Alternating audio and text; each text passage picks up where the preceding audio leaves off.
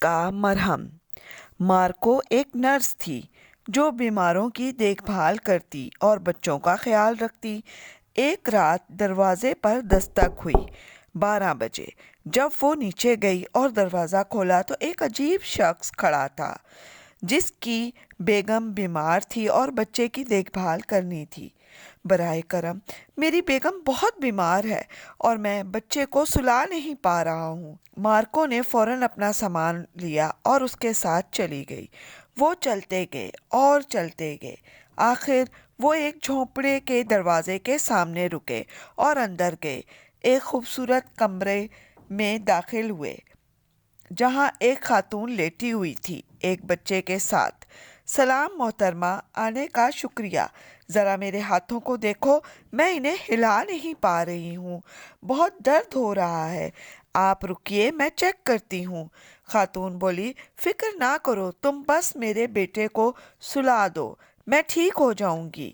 ضرور۔ مارکو نے بچے کو اٹھایا اور اس کے سر کو سہلایا اور کندھے پر لگا لیا۔ فوراً وہ بچہ سو گیا۔ دیکھیں، بچہ سو گیا ہے، اس کی شکل پر نہ جاؤ، یہ بہت شرارتی ہے، دیکھنا یہ جلد ہی اٹھ جائے گا۔ تھوڑے ہی ٹائم بعد وہ اٹھ گیا۔ دیکھا، یہ اٹھ گیا نا، اب سلانے سے پہلے وہ مرہم اس کے پیشانی پر لگا دینا، وہ فوراً سو جائے گا۔ مارکو نے ایسا ہی کیا، بچہ سو گیا۔ وہ دل میں سوچنے لگی کہ کچھ تو گڑبڑ ہے، میں اپنی ساری زندگی میں ایسا کبھی نہیں دیکھا۔ مارکو نے دیکھا کہ دونوں میاں بیوی آپس میں بات کرنے میں مصروف ہیں۔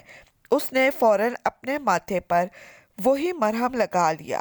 ایسا کرنے سے اسے وہ جگہ بدلی ہوئی دکھائی دی، اس کا جھونپڑا اچھی طرح سجا ہوا دکھائی دیا۔ بستر پر جو عورت لیٹی ہوئی تھی وہ پری لگ رہی تھی، جو سفید لباس میں تھی۔ جو بچے کے کپڑے تھے وہ چاندی کی جالی سے بنے ہوئے تھے اور جو آدمی تھا وہ پری بادشاہ تھا۔ اوہ! مارکو کو اندازہ ہوا کہ وہ پریوں کے گھر میں آ گئی ہے۔ اس نے کچھ بھی نہ کہا۔ جیسے ہی خاتون ٹھیک ہوئی، اس نے پری بادشاہ سے کہا کہ اسے گھر چھوڑ آئیں۔ اس طرح مارکو کو گھر چھوڑ آیا، جسے علم نہ تھا کہ وہ سب جان چکی ہے کہ وہ کون ہے۔ اس نے مارکو کو سونے کے سکے دیے اور خود اڑ گیا۔ مارکو کو گھر میں اکیلی تھی۔ جب وہ چھوٹی تھی تو اس کے ماں باپ فوت ہو گئے تھے۔ اس کی خالہ جو خود ایک نرس تھی، اس نے ہی مارکو کو پالا۔ 1 سال پہلے وہ بیمار تھی، پھر اس کا بھی انتقال ہو گیا۔ مارکو کو بالکل اکیلی ہی رہتی تھی۔ ایک اس کا کتا تھا، وسکو، جو اس کے ساتھ رہتا تھا۔ اگلی صبح اس کی آنکھ کھل گئی ایک آواز کی وجہ سے جو اس نے کبھی نہ سنی تھی۔ مارکو، چلو اٹھو، مجھے سیر پر لے چلو۔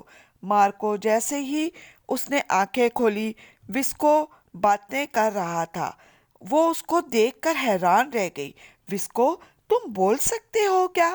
میں خواب تو نہیں دیکھ رہی ہوں، کیا یہ حقیقت ہے؟ کیا تم مجھے سن سکتی ہو؟ ہاں، بالکل سن سکتی ہوں۔ مجھے لگتا ہے یہ سب اس پری کے مرہم کی وجہ سے ہوا ہے۔ خیر چلو۔ وہ پارک گئے تو اس نے تتلی کو سورج مکھی سے بات کرتے سنا۔ اس نے ننھی پریوں کو پھولوں پر رنگ لگاتے دیکھا اور چونٹیوں کو سیدھی قطار میں جاتے ہوئے دیکھا۔ پھر اس نے ایک بوڑھی عورت کو درد سے کراتے ہوئے دیکھا تو اس کے پاس گئی اور پوچھا، کیا آپ ٹھیک ہیں دادی اماں؟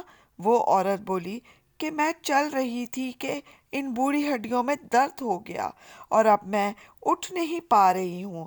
مارکو بولی، میں دیکھتی ہوں، میں ایک نرس ہوں۔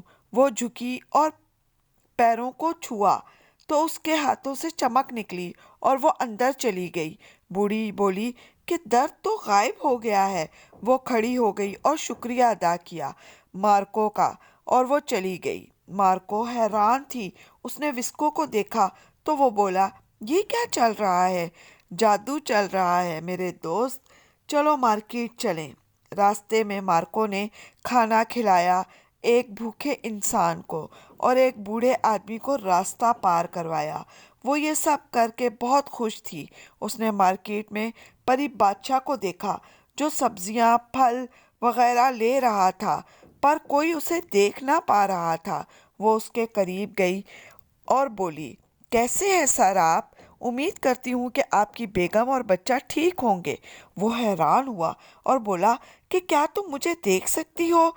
ہاں جی، میں دیکھ سکتی ہوں آپ کو۔ وہ فوراً وہاں سے غائب ہو گیا۔ پھر وہ چل پڑی۔